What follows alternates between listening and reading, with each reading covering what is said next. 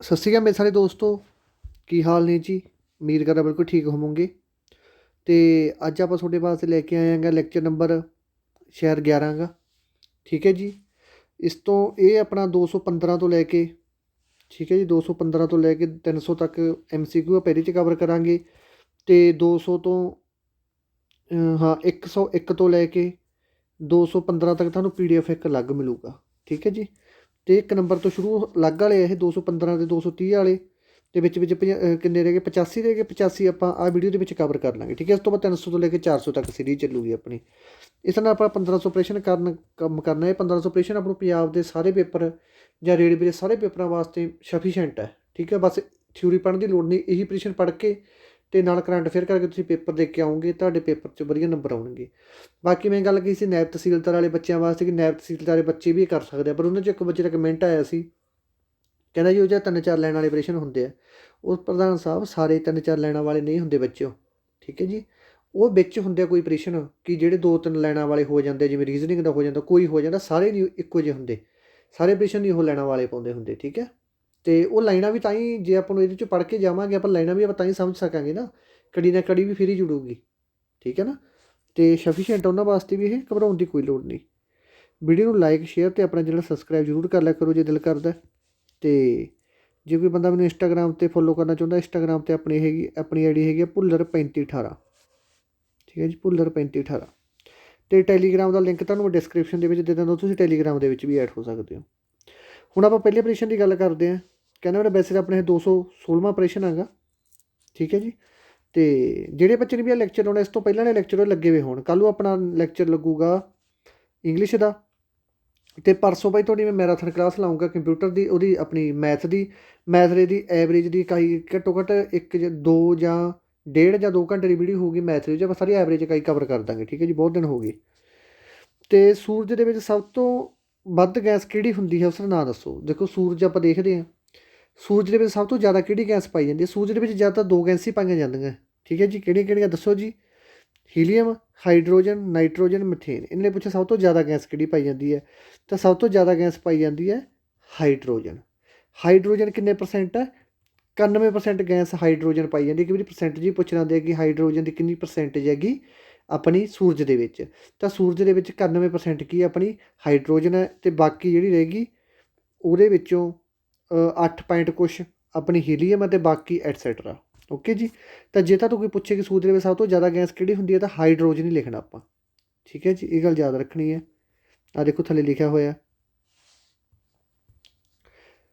ਸੂਰਜ ਦੇ ਵਿੱਚ ਮੁੱਖ ਤੌਰ 'ਤੇ 2 ਗੈਸਾਂ ਹੁੰਦੀਆਂ ਹਨ। ਠੀਕ ਹੈ ਜੀ। 2 ਗੈਸਾਂ ਹੁੰਦੀਆਂ ਮੁੱਖ ਤੌਰ 'ਤੇ। ਕਿਹੜੀ ਪਹਿਲੀ ਗੈਸ ਹੁੰਦੀ ਹੈ ਹਾਈਡਰੋਜਨ, ਦੀ ਸਭ ਤੋਂ ਜ਼ਿਆਦਾ ਮਾਤਰਾ ਵਿੱਚ ਹੁੰਦੀ ਹੈ, ਜਿਸ ਦੀ ਮਾਤਰਾ 91% ਹੁੰਦੀ ਹੈ।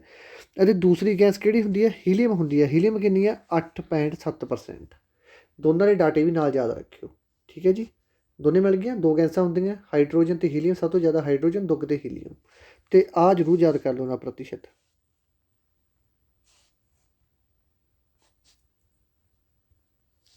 ਦਿੱਲੀ ਸਲਤਨਤ ਦਾ ਆਖਰੀ ਸ਼ਾਸਕ ਕੌਣ ਸੀ। ਦਿੱਲੀ ਸਲਤਨਤ ਆ ਜਿਹੜੀ ਆਪਣੀ, ਉਹਦਾ ਆਖਰੀ ਸ਼ਾਸਕ ਕੌਣ ਸੀ। ਤਾਂ ਦਿੱਲੀ ਸਲਤਨਤ ਬਾਰੇ ਤੁਹਾਨੂੰ ਮੈਂ ਪਿਛਲੀਆਂ ਵੀਡੀਓ ਦੇ ਵਿੱਚ ਬਹੁਤ ਡਿਟੇਲ ਦੇ ਵਿੱਚ ਕਰਵਾ ਕੇ ਗਿਆ, ਨਾਲ ਚਾਰਟ ਵੀ ਕੱਢ ਕੇ ਦਿੱਤਾ ਸੀ। ਜੇ ਕਿਸੇ ਬੱਚੇ ਨੇ ਪਿਛਲੀ ਵੀਡੀਓ ਲਾਈ ਤਾਂ ਸਾਰਾ ਕੁਝ ਯਾਦ ਹੋਊਗਾ ਕਿ ਕਦੋਂ ਆਪਣੇ ਇਬਰਾਹਿਮ ਲੋਧੀ ਆਇਆ ਸੀ। ਠੀਕ ਹੈ। ਕਦੋਂ ਸਿਕੰਦਰ ਲੋਧੀ ਸੀ, ਨੀਂਹ ਪੱਥਰ ਬਹਿਲੋਲ ਲੋਧੀ ਰੱਖਿਆ ਸੀ। ਸਾਰੀਆਂ ਚੀਜ਼ਾਂ ਤੁਹਾਨੂੰ ਕਰਵਾ ਕੇ ਗਿਆ ਹੋਇਆ, ਚਾਰਟ ਵੀ ਦਿੱਤਾ ਹੋਇਆ ਪਿਛਲੇ ਵੀਡੀਓ ਦੇ ਵਿੱਚ। ਠੀਕ ਹੈ। ਪਿਛਲੀ ਤੋਂ ਪਿਛਲੀ ਦੇ ਵਿੱਚ ਤਾਂ ਤੁਸੀਂ ਦੇਖ ਲਓ। ਬਸ ਇਹ ਜੇ ਆਪਾਂ ਸਿੱਧੀ ਗੱਲ ਕਰਾਂਗੇ, 3 ਹੀ ਹੁਣ ਤੱਕ ਸ਼ਾਸਕ ਹੋਏ ਹੈ ਲੋਧੀ ਵੰਸ਼ ਦੇ ਵਿੱਚ। ਵੰਸ਼ ਦੀ ਨੀਂਹ ਬਹਿਲੋਲ ਲੋਧੀ ਦਾ ਲੋਧੀ ਵੰਸ਼ ਦੀ ਨੀਂਹ ਰੱਖੀ ਸੀ।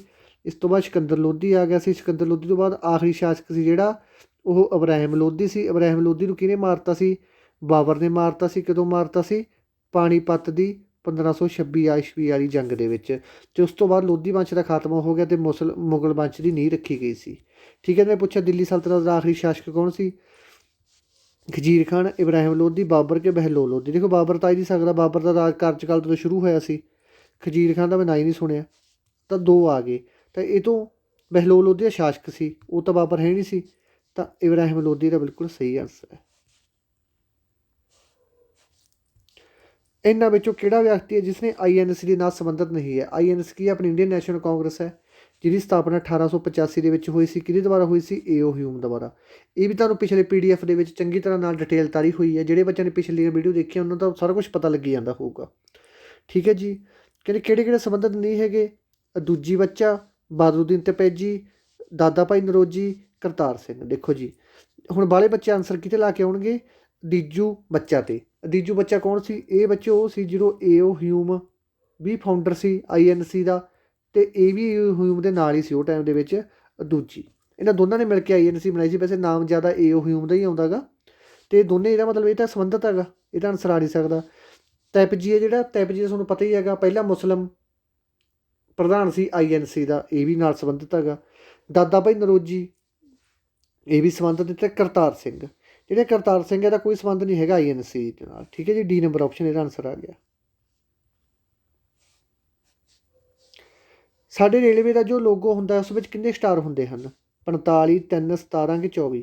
ਜਿਹੜਾ ਆਪਣਾ ਰੇਲਵੇ ਦਾ ਸਟਾਰ ਜਾਂ ਨਹੀਂ ਹੁੰਦਾ ਲੋਗੋ ਹੁੰਦਾ ਜਿਹੜਾ ਆਪਣੇ ਭਾਰਤੀ ਰੇਲਵੇ ਦਾ, ਤਾਂ ਉਹਦੇ ਵਿੱਚ ਕਿੰਨੇ ਸਟਾਰ ਹੁੰਦੇ? ਉਹਦੇ ਵਿੱਚ ਹੁੰਦੇ ਟੋਟਲ 17 ਸਟਾਰ। ਆਹ ਦੇਖੋ ਆਹ ਸਟਾਰਾਂ ਦੀ ਗੱਲ ਕਰ ਰਹੇ ਆ ਇਹ। ਠੀਕ ਹੈ ਜੀ।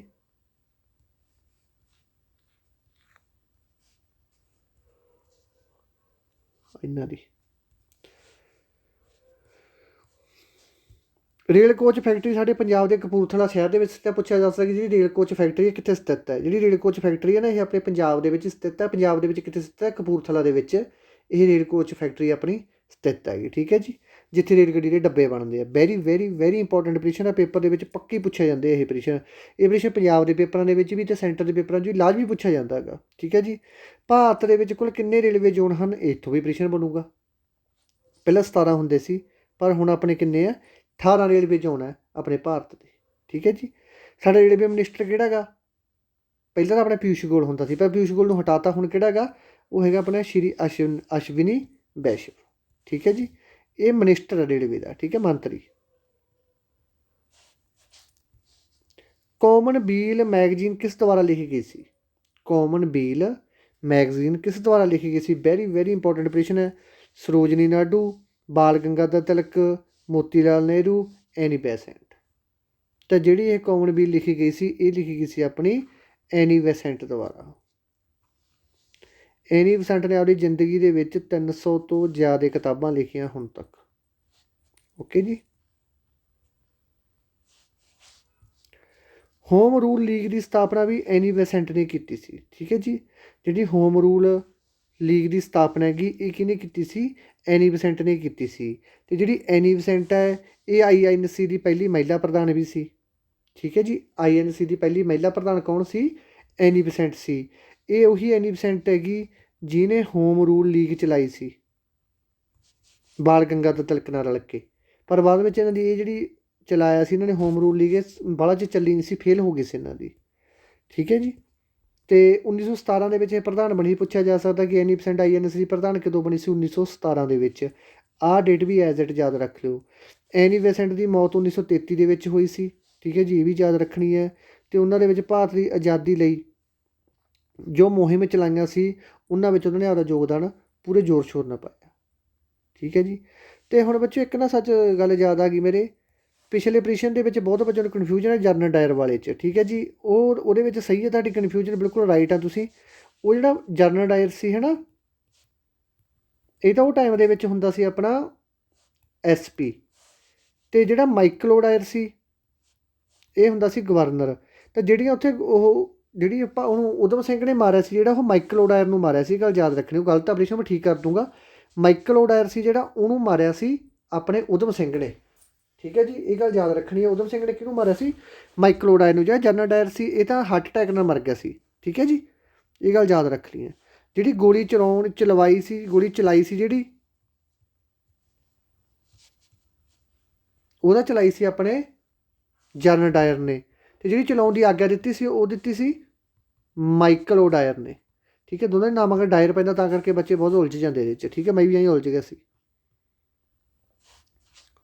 ਮਸਾਲਿਆਂ ਦਾ ਬਗੀਚਾ ਜਾਂ ਗਾਰਡਨ ਆਫ ਸਪਾਈਸ ਦੇ ਨਾਮ ਨਾਲ ਕਿਹੜੇ ਸ਼ਹਿਰ ਨੂੰ ਜਾਣਿਆ ਜਾਂਦਾ ਹੈਗਾ? ਤਾਂ ਸਾਰਿਆਂ ਨੂੰ ਪਤਾ ਹੈਗਾ। ਤਾਂ ਕਰਨਾਟਕਾ, ਕੇਰਲਾ, ਅਰੁਣਾਚਲ ਪ੍ਰਦੇਸ਼, ਵੈਸਟ ਬੰਗਾਲ। ਦੱਸੋ ਜੀ ਕੀ ਇਹਦਾ ਸਹੀ ਆਨਸਰ ਆਊਗਾ? ਬਿਲਕੁਲ ਸੌਖਾ ਪ੍ਰਸ਼ਨ ਹੈ, ਬਿਲਕੁਲ ਬਿਲਕੁਲ ਸੌਖਾ ਗਾ, ਕੋਈ ਇਹਦੇ ਵਿੱਚ ਘਬਰਾਉਣ ਵਾਲੀ ਗੱਲ ਨਹੀਂ। ਜਿਹੜਾ ਮਸਾਲਿਆਂ ਦਾ ਬਗੀਚਾ ਹੈ ਇਹ ਕਿਹਨੂੰ ਕਿਹਾ ਜਾਂਦਾ ਗਾ, ਦੱਸੋ? ਇਹ ਕਿਹਾ ਜਾਂਦਾ ਕੇਰਲਾ। ਓਕੇ ਜੀ। ਇਸ ਤੋਂ ਬਾਅਦ ਆਪਰੇਸ਼ਨ ਬਹੁਤ ਇੰਪੋਰਟੈਂਟ ਹੈ, ਪੇਪਰ ਦੇ ਪੁਆਇੰਟ ਆਫ ਵਿਊ ਤੋਂ ਬਹੁਤ ਪੇਪਰਾਂ ਦੇ ਵਿੱਚ ਆਪਰੇਸ਼ਨ ਆਇਆ ਹੈਗਾ। ਰੀਮੈਰਿਜ ਐਕਟ ਕਿਸਦੇ ਸ਼ਾਸਨ ਕਾਲ ਦੇ ਵਿੱਚ ਲਾਗੂ ਹੋਇਆ ਸੀ? ਰੀਮੈਰਿਜ ਐਕਟ ਕਹਿੰਦਾ ਮਤਲਬ ਕਿ ਇੱਕ ਤਾਂ ਹੈਗਾ ਸੀ, ਹਾਂ, ਇੱਕ ਤਾਂ ਉਦੋਂ ਸਤੀ ਪ੍ਰਥਾ ਦਾ ਬੜਾ ਜ਼ੋਰ ਸੀ। ਸਤੀ ਪ੍ਰਥਾ ਦਾ ਫਿਰ ਵਿਲੀਅਮ ਬੈਂਟਿੰਗ ਨੇ ਖਤਮ ਕੀਤੀ। ਤੁਸੀਂ ਦੱਸੋ ਕਦੋਂ ਖਤਮ ਕੀਤੀ? ਬਹੁਤ ਵਾਰੀ ਕਰਵਾਇਆ ਵਾ, ਬਹੁਤ ਵਾਰੀ ਕਰਾਤਾ ਹੈ ਮੈਂ। ਵਿਲੀਅਮ ਬੈਂਟਿੰਗ ਨੇ ਸਤੀ ਪ੍ਰਥਾ ਕਦੋਂ ਖਤਮ ਕੀਤੀ ਸੀ ਅਤੇ ਠੱਗੀ ਪ੍ਰਥਾ ਕਦੋਂ ਖਤਮ ਕੀਤੀ? ਇਹ ਕਰਵਾ ਕੇ ਗਿਆ ਹੋਇਆ, ਤੁਸੀਂ ਦੱਸੋ ਹੁਣ ਮੈਨੂੰ। ਵਿਲੀਅਮ ਬੈਂਟਿੰਗ ਨੇ ਰਾਜਾ ਰਾਮ ਮੋਹਨ ਨਾਲ ਰਲ ਕੇ ਸਤੀ ਪ੍ਰਥਾ ਦਾ ਖਾਤਮਾ ਕੀਤਾ। ਸਤੀ ਪ੍ਰਥਾ ਕੀ ਹੁੰਦੀ ਸੀ ਕਿ ਜਦੋਂ ਕਿਸੇ ਔਰਤ ਦਾ ਪਤੀ ਮਰ ਜਾਂਦਾ ਸੀ ਤਾਂ ਉਹਦੀ ਚਿਤਾ ਦੇ ਵਿੱਚ ਹੀ ਉਹਦੀ ਘਰਵਾਲੀ ਨੂੰ ਜਲਾ ਦਿੱਤਾ ਜਾਂਦਾ ਸੀ ਨਾਲ। ਠੀਕ ਹੈ ਜੀ। ਇਸ ਤੋਂ ਬਾਅਦ ਇਹ ਕੰਮ ਹੋਇਆ ਸੀ ਰੀਮੈਰਿਜ ਐਕਟ। ਰੀਮੈਰਿਜ ਐਕਟ ਦਾ ਮਤਲਬ ਇਹ ਸੀ ਜੇ ਕਿਸੇ ਔਰਤ ਦਾ ਘਰ ਵਾਲਾ ਮਰ ਜਾਂਦਾ ਸੀ ਤਾਂ ਦੁਬਾਰੇ ਵਿਆਹ ਕਰਵਾ ਸਕਦੀ ਸੀ। ਠੀਕ ਹੈ ਜੀ। ਇਹ ਕਿਸੇ ਸ਼ਾਸਨ ਕਾਲ ਦੇ ਵਿੱਚ ਲਾਗੂ ਹੋਇਆ ਸੀ? ਰਾਜਾ ਰਾਮ ਮੋਹਨ ਰਾਏ। ਰਾਜਾ ਰਾਮ ਮੋਹਨ ਰਾਏ ਤੋਂ ਕੋਈ ਸੰਬੰਧ ਹੀ ਨਹੀਂ ਹੈਗਾ, ਉਹਦਾ ਸੰਬੰਧ ਸਤੀ ਪ੍ਰਥਾ ਠੱਗੀ ਪ੍ਰਥਾ ਸਤੀ ਪ੍ਰਥਾ ਨਾਲ ਸੀ। ਇਸ ਤੋਂ ਬਾਅਦ ਈਸ਼ਵਰ ਚੰਦਰ ਵਿਦਿਆਸਾਗਰ, ਚਲੋ, ਲਾਰਡ ਡਲਹੌਜੀ ਅਤੇ ਮਦਨ ਮੋਹਨ ਮਾਲਵੀਆ। ਠੀਕ ਹੈ ਜੀ। ਰੀਮੈਰਿਜ ਐਕਟ ਕਿਸੇ ਸ਼ਾਸਨ ਕਾਲ ਦੇ ਵਿੱਚ ਲਾਗੂ ਹੋਇਆ ਸੀ? ਇਹ ਹੋਇਆ ਸੀ ਲਾਰਡ ਡਲਹੌਜੀ ਦੇ ਸਮੇਂ ਦੇ ਵਿੱਚ। ਪਿਛਲੀ ਵਾਰ ਇੱਕ ਪੇਪਰ ਦੇ ਵਿੱਚ ਪ੍ਰਸ਼ਨ ਆਇਆ ਸੀ, SSC ਦਾ ਪੇਪਰ ਸੀ ਉਹ, CGL। ਉਹਦੇ ਵਿੱਚ ਉਹਨਾਂ ਨੇ ਕੀ ਕੀਤਾ, ਉਹਨਾਂ ਨੇ ਇਹ ਪ੍ਰਸ਼ਨ ਪਾਤਾ ਸ਼ਾਸਨ ਕਾਲ ਦੇ ਵਿੱਚ, ਲਿਖਤਾ ਐਂ ਲਿਖਤਾ ਕਿ ਰੀਮੈਰਿਜ ਐਕਟ ਦੇ ਵਿੱਚ ਕਿਸ ਦਾ ਵਧੇਰੇ ਯੋਗਦਾਨ ਰਿਹਾ, ਯੋਗਦਾਨ ਦੇਤਾ। ਥੱਲੇ ਉਹਨਾਂ ਨੇ ਲਾਰਡ ਡਲਹੌਜੀ ਦੀ ਆਪਸ਼ਨ ਹੀ ਕੱਟਤੀ, ਆਪਸ਼ਨ ਹੈ ਨਹੀਂ ਸੀ ਲਾਰਡ ਡਲਹੌਜੀ ਦੀ, ਤਾਂ ਬੱਚੇ ਕਨਫਿਊਜ਼ ਹੋ ਗਏ। ਤਾਂ ਉਹਨਾਂ ਨੇ ਵੀ ਜਿਹੜਾ ਬੱਚੇ ਦਾ ਚੰਗੀ ਤਰ੍ਹਾਂ ਡਿਟੇਲ 'ਚ ਪੜ੍ਹਿਆ ਵਾ ਸੀ ਉਹਨਾਂ ਨੂੰ ਮਿਲ ਗਿਆ ਈਸ਼ਵਰ ਚੰਦਰ ਵਿਦਿਆਸਾਗਰ, ਤਾਂ ਉਹਨਾਂ ਨੇ ਇਹ ਟਿਕ ਲਾਤੀ, ਤਾਂ ਇਹ ਆਨਸਰ ਵੀ ਬਿਲਕੁਲ ਸਹੀ ਹੈ। ਠੀਕ ਹੈ ਜੀ। ਜੇ ਤੁਹਾਨੂੰ ਪੁੱਛਿਆ ਹੈਗਾ ਜੇ ਤਾਂ ਆਪਸ਼ਨ ਦੇ ਵਿੱਚ ਲਾਰਡ ਡਲਹੌਜੀ ਪਿਆ ਫਿਰ ਤੁਸੀਂ ਲਾਰਡ ਡਲਹੌਜੀ ਲਾ ਕੇ ਆਉਣਾ। ਜੇ ਨਹੀਂ ਪਿਆ ਰੀਮੈਰਿਜ ਵਾਲੇ 'ਚ ਤਾਂ ਈਸ਼ਵਰ ਵਿਦਿਆਸਾਗਰ ਪਿਆ ਤੁਹਾਡੇ ਕੋਲੇ, ਈਸ਼ਵਰ ਚੰਦਰ ਵਿਦਿਆਸਾਗਰ, ਤਾਂ ਇਹ ਤੁਹਾਡਾ ਬਿਲਕੁਲ ਸਹੀ ਆਨਸਰ ਹੋਊਗਾ। ਠੀਕ ਹੈ ਜੀ। ਤੁਹਾਡੇ ਨੰਬਰ ਨਹੀਂ ਕੱਟੇ ਜਾਣਗੇ। ਓਕੇ ਜੀ। ਆਹ ਦੇਖੋ, ਇਹ ਐਕਟ 1856 ਦੇ ਵਿੱਚ ਪਾਸ ਕੀਤਾ ਗਿਆ ਸੀ। ਇਹ ਚੀਜ਼ ਵੀ ਯਾਦ ਰੱਖਣੀ ਕਿ ਵੀ ਤੁਹਾਨੂੰ ਡਾਇਰੈਕਟ ਪੁੱਛਿਆ ਜਾਊਗਾ ਕਿ ਜਿਹੜਾ ਰੀਮੈਰਿਜ ਐਕਟ ਹੈ ਇਹ ਕਦੋਂ ਪਾਸ ਕੀਤਾ ਗਿਆ ਸੀ ਜਾਂ ਕਦੋਂ ਲਾਗੂ ਕੀਤਾ ਗਿਆ ਸੀ? 1856 ਦੇ ਵਿੱਚ ਲਾਗੂ ਕੀਤਾ ਗਿਆ ਸੀ। ਅਤੇ 1853 ਦੇ ਵਿੱਚ ਜੋ ਰੇਲ ਗੱਡੀ ਚਲਾਈ ਗਈ ਸੀ ਉਹ ਵੀ ਡਲਹੌਜੀ ਦੇ ਸਮੇਂ ਵਿੱਚ ਚੱਲੀ ਸੀ। ਠੀਕ ਹੈ ਜੀ। ਸਭ ਤੋਂ ਪਹਿਲਾਂ ਜਿਹੜੀ ਰੇਲ ਗੱਡੀ ਚੱਲੀ ਸੀ ਮੁੰਬਈ ਤੋਂ ਲੈ ਕੇ ਠਾਣਾ ਤੱਕ ਜਿਹੜੀ ਰੇਲ ਗੱਡੀ ਚੱਲੀ ਸੀ, ਠਾਣਾ ਕਿੱਥੇ, ਮਹਾਰਾਸ਼ਟਰ ਦੇ ਵਿੱਚ ਹੋਇਆ। ਠੀਕ ਹੈ ਜੀ। ਅਤੇ ਇਹ 1853 ਈਸਵੀ ਦੇ ਵਿੱਚ ਚੱਲੀ ਸੀ ਮੁੰਬਈ ਤੋਂ ਲੈ ਕੇ 1800 ਦੇ ਵਿੱਚ। ਇਹ ਵੀ ਪੁੱਛਿਆ ਜਾ ਰਿਹਾ ਕਦੋਂ ਚੱਲੀ ਸੀ ਪਹਿਲੀ ਟ੍ਰੇਨ? 1853 ਦੇ ਵਿੱਚ ਮੁੰਬਈ ਤੋਂ ਠਾਣਾ ਤੱਕ। ਹੁਣ ਆਪਾਂ ਥੋੜ੍ਹੀਆਂ ਜਿਹੀਆਂ ਇੱਕ ਦੋ ਗੱਲਾਂ ਹੋਰ ਕਰਦੇ ਹਾਂ।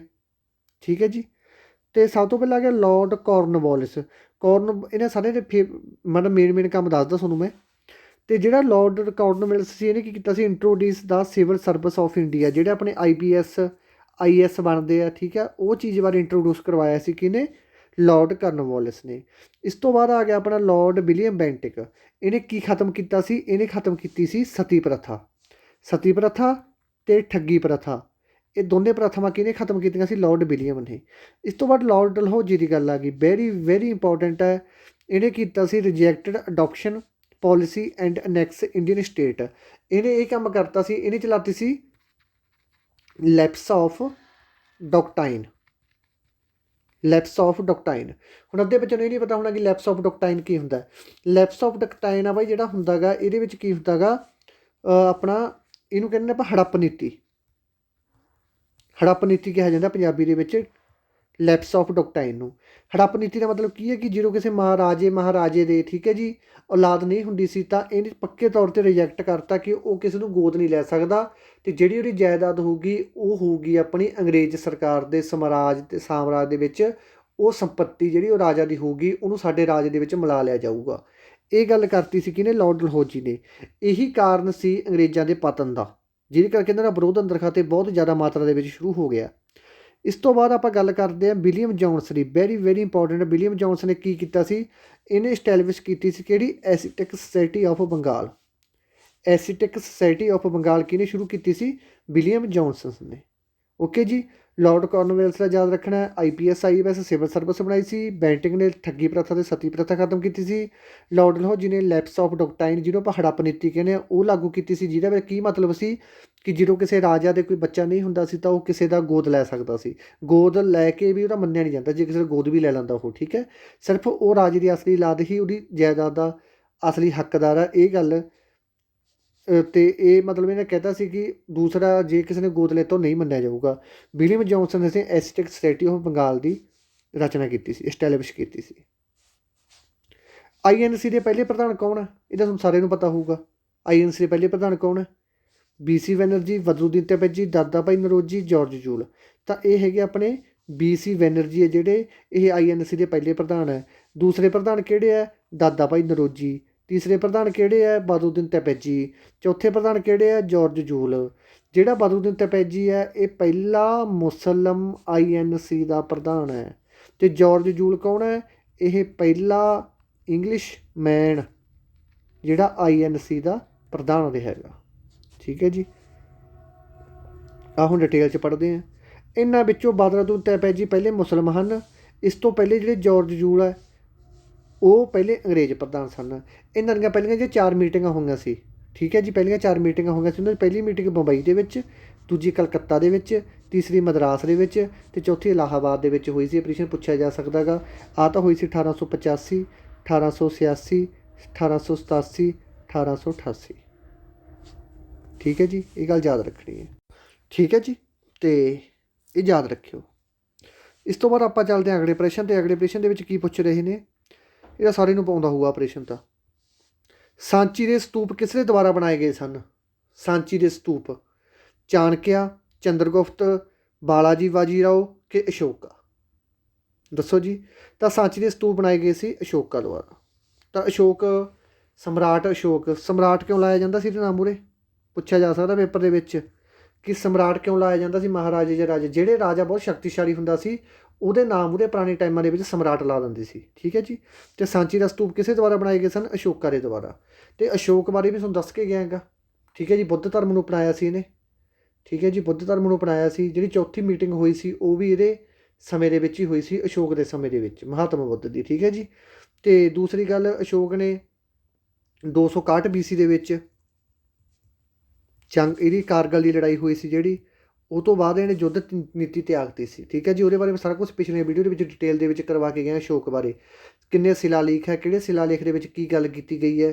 ਠੀਕ ਹੈ ਜੀ। ਤਾਂ ਸਾਰਾ ਕੁਛ ਕਰਵਾ ਕੇ ਗਿਆ ਹੋਇਆ ਮੈਂ। ਠੀਕ ਹੈ ਜੀ। ਉਹ ਦੇਖ ਲਿਓ ਪਿਛਲੀ ਵੀਡੀਓ ਦੇ ਵਿੱਚ, ਜਿਹੜੇ ਬੱਚੇ ਨਵੇਂ ਆ, ਕਿਉਂਕਿ ਦੁਬਾਰੇ ਉਹ ਕਰਨ ਨਾਲ ਵੀਡੀਓ ਲੰਬੀ ਵਾਲੀ ਚਲੀ ਜਾਂਦੀ ਹੈ।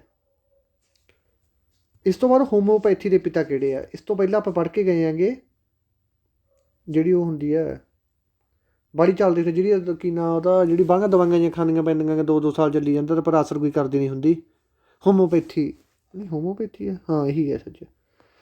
ਠੀਕ ਹੈ। ਹੋਮੋਪੈਥੀ ਦੇ ਪਿਤਾ ਕੌਣ ਹੈ? ਹੋਮੋਪੈਥੀ ਦੇ ਪਿਤਾ ਕੌਣ ਹੈ? ਸਮਲ, MC ਸਟੇਨ, ਬੈਕਰੂਲਰ, ਨਨ ਆਫ ਦੀਜ਼। ਤਾਂ ਹੋਮੋਪੈਥੀ ਦਾ ਪਿਤਾ ਹੈਗਾ ਆਪਣਾ ਸਾਮਿਲ ਹੈਨੀਮੈਨ। ਠੀਕ ਹੈ ਜੀ। ਇਹ ਯਾਦ ਰੱਖਣੀ ਹੈ। ਪ੍ਰਧਾਨ ਮੰਤਰੀ ਬਣਨ ਲਈ ਉਮਰ ਕਿੰਨੀ ਹੋਣੀ ਚਾਹੀਦੀ ਹੈ? ਇਹਦਾ ਸਾਰਿਆਂ ਨੂੰ ਪਤਾ ਹੋਊਗਾ। ਪ੍ਰਧਾਨ ਮੰਤਰੀ ਕੌਣ ਬਣਦਾ ਹੁੰਦਾ? MP ਬਣਦਾ ਹੁੰਦਾ। MP ਕੌਣ ਬਣਾਉਂਦਾ? ਲੋਕ ਸਭਾ ਦੇ ਵਿੱਚੋਂ ਚੁਣ ਕੇ ਜਾਂਦਾ MP। ਅਤੇ ਲੋਕ ਸਭਾ ਦਾ ਮੈਂਬਰ ਬਣਨ ਦੀ ਉਮਰ ਕਿੰਨੀ ਹੋਣੀ ਚਾਹੀਦੀ ਹੈ? 25 ਸਾਲ। ਰੌਲੀ ਮੁੱਕ ਗਿਆ ਸਾਰਾ। ਠੀਕ ਹੈ। MP ਚੁਣੇ ਜਾਂਦੇ ਆਪਣੇ ਲੋਕ ਸਭਾ ਦੀਆਂ ਕਿੰਨੀਆਂ ਸੀਟਾਂ ਪੰਜਾਬ ਦੇ ਵਿੱਚ? 13 ਸੀਟਾਂ ਲੋਕ ਸਭਾ ਦੀਆਂ। MP ਦੀ ਫੁੱਲ ਫਾਰਮ ਕੀ ਹੁੰਦੀ ਹੈ? Member of parliament. Member of parliament ਹੈ ਜਿਹੜਾ, ਇਹ ਹੁੰਦੀ ਹੈ ਆਪਣੇ MP ਦੀ ਪਾਵਰ। ਓਕੇ ਜੀ। MP ਦਾ ਫੁੱਲ ਫਾਰਮ ਸੱਚ।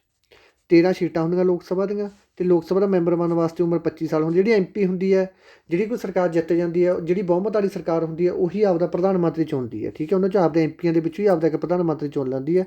ਤਾਂ ਪ੍ਰਧਾਨ ਮੰਤਰੀ ਬਣਨ ਵਾਸਤੇ ਉਮਰ ਕਿੰਨੀ ਹੋ ਗਈ? 35 ਸਾਲ, 25 ਸਾਲ, 30 ਸਾਲ। ਦੇਖੋ ਸਿੱਧਾ ਹੀ ਪਤਾ ਹੋਊਗਾ ਤੁਹਾਨੂੰ। 25 ਸਾਲ ਹੀ ਹੋ ਗਈ। MP ਹੈ ਜਿਹੜਾ ਉਹੀ ਪ੍ਰਧਾਨ ਮੰਤਰੀ ਬਣ ਸਕਦਾ, ਤਾਂ ਫਿਰ ਉਮਰ 25 ਸਾਲ ਹੀ ਹੋਊਗੀ ਨਾ। ਠੀਕ ਹੈ ਜੀ। ਇਹਨਾਂ ਵਿੱਚੋਂ ਕਿਹੜੇ ਭਾਰਤੀ ਹਨ ਜਿਨ੍ਹਾਂ ਨੂੰ ਬਿਨਾਂ ਵਿਰੋਧ ਦੇ ਰਾਸ਼ਟਰਪਤੀ ਸਿਲੈਕਟ ਕਰ ਲਿਆ ਗਿਆ? ਹੁਣ ਆਏ ਸੀ, ਰੌਲਾ ਪੈਂਦਾ ਸੀ। ਕਿਹੜੇ ਸੀ? APJ ਅਬਦੁਲ ਕਲਾਮ, BV ਗਿਰੀ, ਨੀਰਮ ਸੰਜੀਵ ਰੈਡੀ, ਪ੍ਰਤਿਭਾ ਪਾਟਿਲ। ਪ੍ਰਤਿਭਾ ਪਾਟਿਲ ਹੈ ਜਿਹੜੀ ਤਾਂ ਆਪਣੀ ਪਹਿਲੀ ਮਹਿਲਾ ਰਾਸ਼ਟਰਪਤੀ ਹੈ। ਪਹਿਲੀ ਮਹਿਲਾ ਰਾਸ਼ਟਰਪਤੀ ਯਾਦ ਰੱਖਣਾ ਗਾ। ਪਹਿਲੀ ਮਹਿਲਾ ਰਾਸ਼ਟਰਪਤੀ ਕੌਣ? ਆਪਣੀ ਪ੍ਰਤਿਭਾ ਪਾਟਿਲ।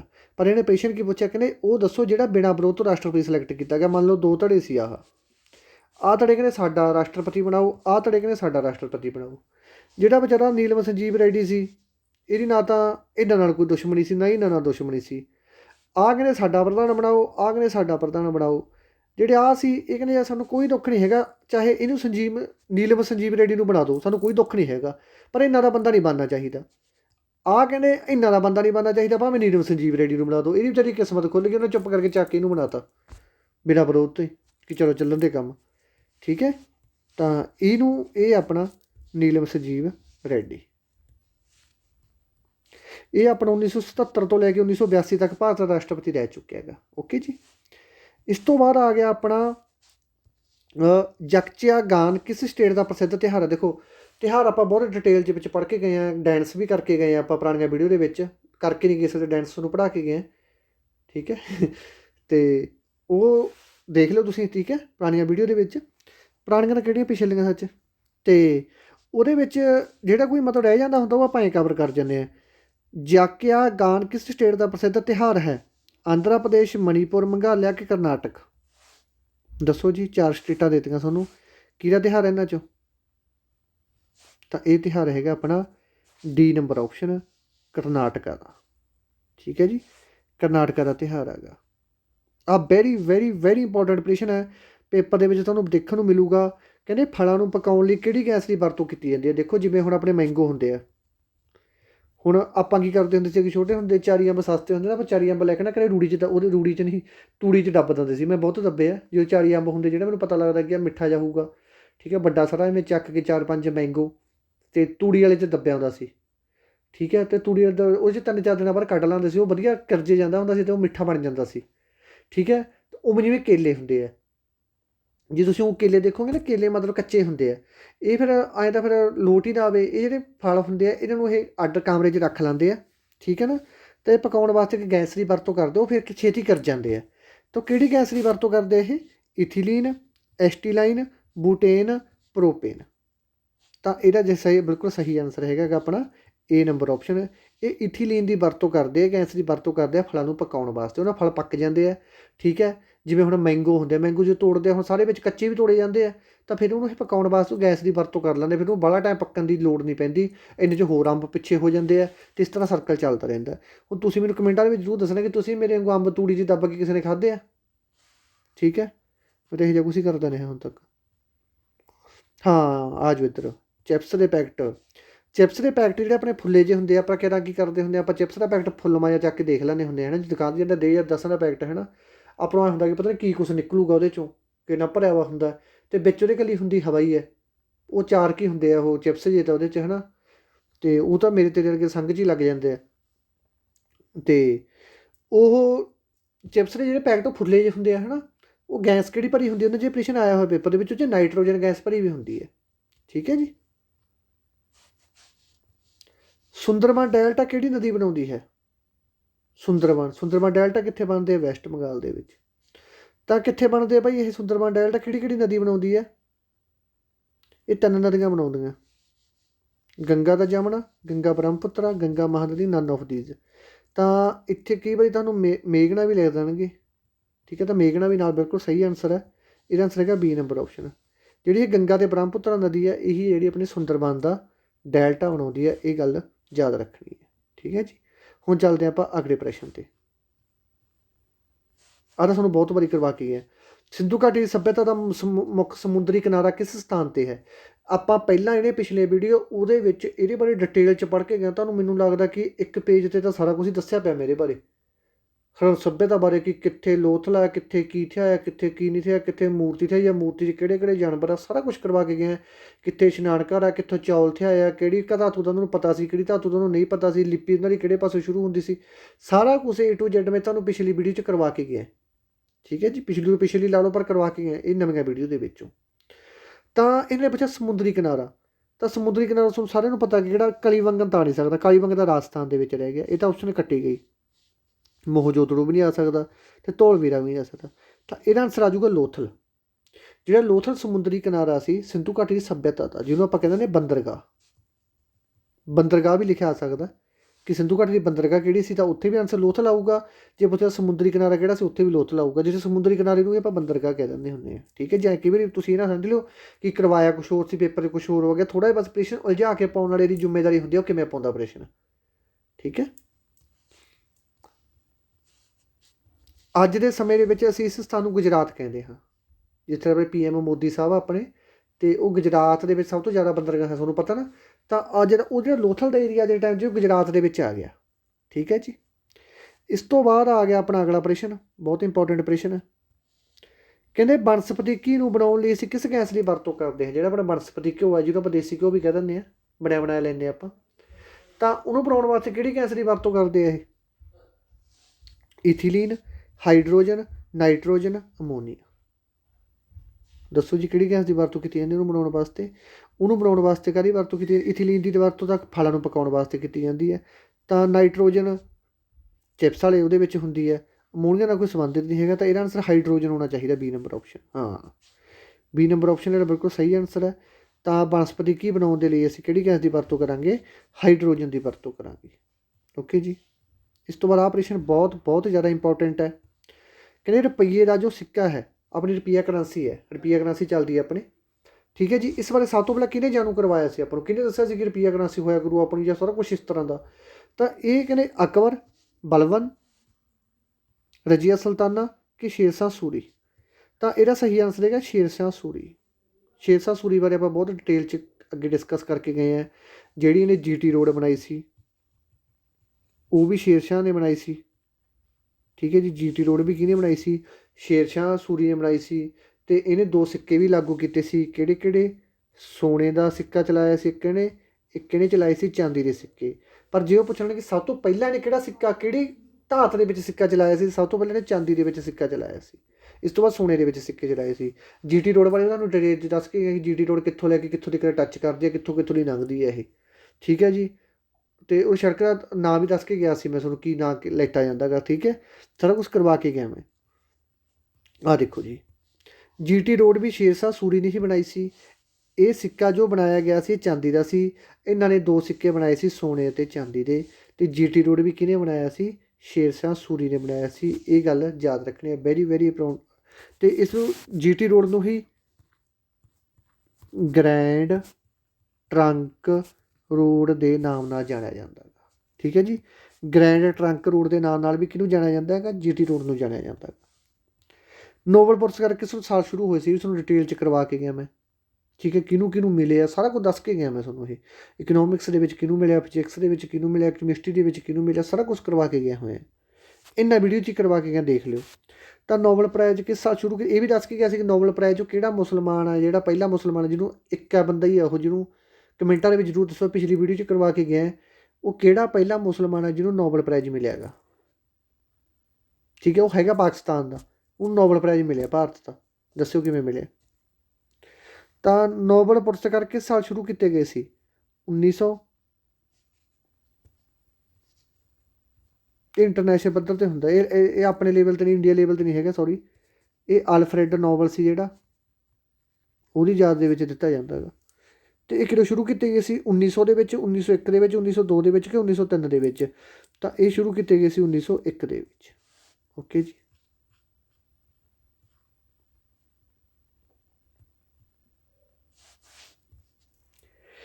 ਇਹ ਪਹਿਲੀ ਭਾਰਤੀ ਔਰਤ ਦਾ ਕੀ ਨਾਮ ਹੈ ਜੋ ਗਵਰਨਰ ਬਣੀ ਸੀ? ਇਹ ਪਹਿਲੀ ਭਾਰਤੀ ਔਰਤ ਦਾ ਨਾਮ ਜਿਹੜੀ ਗਵਰਨਰ ਬਣੀ ਸੀ, ਕਿਹੜੀ ਬਣੀ ਸੀ? ਸਰੋਜਨੀ ਨਾਇਡੂ, ਐਨੀ ਬੇਸੈਂਟ, ਮੀਰਾ ਕੁਮਾਰੀ ਕਿ ਨਾਨਾ ਹੁਦੀਸ। ਦੇਖੋ, ਜੇ ਤਾਂ ਇੱਥੇ ਭਾਰਤੀ ਕੱਟਿਆ ਜਾਂਦਾ, ਇਕੱਲੀ ਔਰਤ ਪੁੱਛਣਾ ਦੇ ਗਵਰਨਰ ਸੀ, ਫਿਰ ਤਾਂ ਪ੍ਰਸ਼ਨ ਆ ਜਾਂਦਾ ਐਨੀ ਬੇਸੈਂਟ। ਪਰ ਇਹਨਾਂ ਨੇ ਭਾਰਤੀ ਲਾਤਾ ਜਦੋਂ, ਤਾਂ ਉਦੋਂ ਆਨਸਰ ਕੀ ਬਣ ਜੂਗਾ ਆਪਣਾ?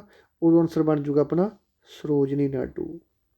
ਹੁਣ ਕਮੈਂਟਾਂ ਦੇ ਵਿੱਚ ਤੁਸੀਂ ਦੱਸਣਾ ਗਾ ਸਰੋਜਨੀ ਨਾਇਡੂ ਕਦੋਂ ਬਣੀ ਸੀ? 1924 ਦੇ ਵਿੱਚ ਬਣੀ ਸੀ ਕਿ 1925 ਦੇ ਵਿੱਚ ਬਣੀ ਸੀ? ਇਹ ਤੁਸੀਂ ਦੱਸਣਾ ਗਾ। 1924 ਦੇ ਵਿੱਚ ਮੇਰੇ ਹਿਸਾਬ 'ਤੇ ਗਾਂਧੀ ਜੀ ਨਹੀਂ ਬਣੇ ਸੀ। 1925 ਸਰੋਜਨੀ ਨਾਇਡੂ ਬਣੀ ਸੀ। ਇੱਕ ਵਾਰੀ ਤੁਸੀਂ ਮੈਨੂੰ ਦੱਸਿਓ ਕਨਫਰਮ ਕਰਕੇ ਕਿ ਸਹੀ ਹੈ ਇਹ। ਠੀਕ ਹੈ ਜੀ। ਅਤੇ ਜ਼ਰੂਰ ਦੱਸਿਓ ਮੈਨੂੰ ਕਮੈਂਟਾਂ ਦੇ ਵਿੱਚ। ਠੀਕ ਹੈ ਜੀ। ਅਤੇ ਇਹਦੇ ਨਾਲ ਆਪਣੇ ਕੀ ਹੋ ਗਏ, ਇਹ 20 ਦੇ 20 MCQ ਆ ਜਿਹੜੇ ਆਪਾਂ ਉਹ ਕਵਰ ਕਰ ਚੁੱਕੇ ਹਾਂ। ਹੁਣ ਇੱਕ ਦੋ ਕੰਮ ਦੀਆਂ ਗੱਲਾਂ ਸੁਣ ਲਓ ਧਿਆਨ ਨਾਲ। ਜਿਹੜਾ FCA ਦਾ ਪੇਪਰ ਹੋਣਾ ਭਾਈ, ਇਹ ਤੁਹਾਡਾ ਪੇਪਰ ਮਾਰਚ ਤੋਂ ਬਾਅਦ ਹੋਊਗਾ ਹੁਣ, ਕਿਉਂਕਿ ਮਾਰਚ ਤੱਕ ਤਾਂ ਵੋਟਾਂ ਹੀ ਹੈ। ਇਹ ਕਰੋਨਾ ਦਾ ਥੋੜ੍ਹਾ ਜਿਹਾ ਬਣਾਇਆ ਹੋਇਆ ਇਹਨਾਂ ਨੇ। ਠੀਕ ਹੈ ਜੀ। ਅਤੇ ਉਦੋਂ ਤੱਕ ਆਪਾਂ ਵਧੀਆ ਤਿਆਰੀ ਆਪਣੀ ਕੰਪਲੀਟ ਹੋ ਜੂਗੀ। ਪਹਿਲੀ ਗੱਲ ਤਾਂ ਇਹ। ਠੀਕ ਹੈ ਜੀ। दूसरी गल मैं प्ले लिस्ट अपडेट कर दिंदा हुंदा डेली डेली जो भी लैक्चर लगदा वो प्ले लिस्ट अपडेट कर दिंदा हुंदा। अपडेटां दी वीडियो जे किसी ने देखने किसी बच्चे नूं नहीं पता लगदा तां अपडेट वाली वीडियो देख सकदा, ਉਹ 'ਚ मैं सारा कुछ समझाया पिया कि किहड़े-किहड़े लैक्चर तुसीं लाउणे आ। तीसरी गल जिहड़ी एवरेज इकाई है अपनी, ठीक है जी, वो ਆਪਾਂ परसों सारी कंप्लीट कर ਦਾਂਗੇ। ठीक है जी, सारी ਆਪਾਂ कंप्लीट कर ਦਾਂਗੇ एवरेज इकाई। ओके जी। तो इस तो बाद रीजनिंग के भी नवे लैक्चर लगणगे हुण परसों तो ही। बस हुण मैं शेड्यूल बिजी सी, हुण मैं फ्री वाला काम ही है। ठीक है जी। तो हुण तुहानूं मैं वीडियो पक्का प्रोवाइड करवा दिया करूँगा। एक तो ये काम सी अपना, तो एक हाँ एक जे किसी बच्चे ने टैलीग्राम ग्रुप च ऐड होना वो हो सकता है। फ्री पंजाब एग्जाम स्टडी जिवें जिहड़ा नाम थल्ले लिखा होया यही अपने टैलीग्राम ग्रुप का, तो वह लिंक भी तुहानूं डिस्क्रिप्शन दे विच दे दिंदा। ठीक है जी। तो उत्थों डाउनलोड कर लिओ, उत्थे विच ऐड हो जाओ। तो बच्चों जो जनरल डायर वाला ऑपरेशन से गलत है। ठीक है, उसको मैं सही कर दूँगा। माइकलो डायर नूं मारिया सी उधम सिंह ने। ठीक है, जनरल डायर तो हार्ट अटैक नाल मरे सी, उहनूं करवा के गया पिछले वीडियो के फिर भी यार कदी ना मतलब मैं जो ऑपरेशन करवाउण लगदा ना मैं नाल 10-11 पॉइंट होर मैं दिमाग च लैके आउंदा कि वो भी करवा दा, वो भी करवा दा, वो भी करवा दा, तो वो मैं आप ही उलझ जाना कई बारी। ठीक है जी। तो वो तुसीं कर लो, पिछले वीडियो के सही करवा के गया जो थोड़ी मोटी मिस्टेक हो जाती है। ठीक है जी। तो ठीक कर लो आपका, मैं करके जरूर PDF के तुहानूं। ठीक है जी, PDF तुहानूं प्रोवाइड करवा दूँगा। तो इंग्लिश वाला PDF तुहानूं मैं टैलीग्राम के पा दिंदा, उत्थों तुसीं ਉਹਦਾ प्रिंट आउट कढवाउणा होया प्रिंट आउट कढवा लो, तड़के सुबह तुहाडा इंग्लिश का लैक्चर तुहानूं मिल जूगा। ठीक है जी। धन्नवाद मेरे दोस्तों, जिउंदे वसदे ਰਹੋ भाई।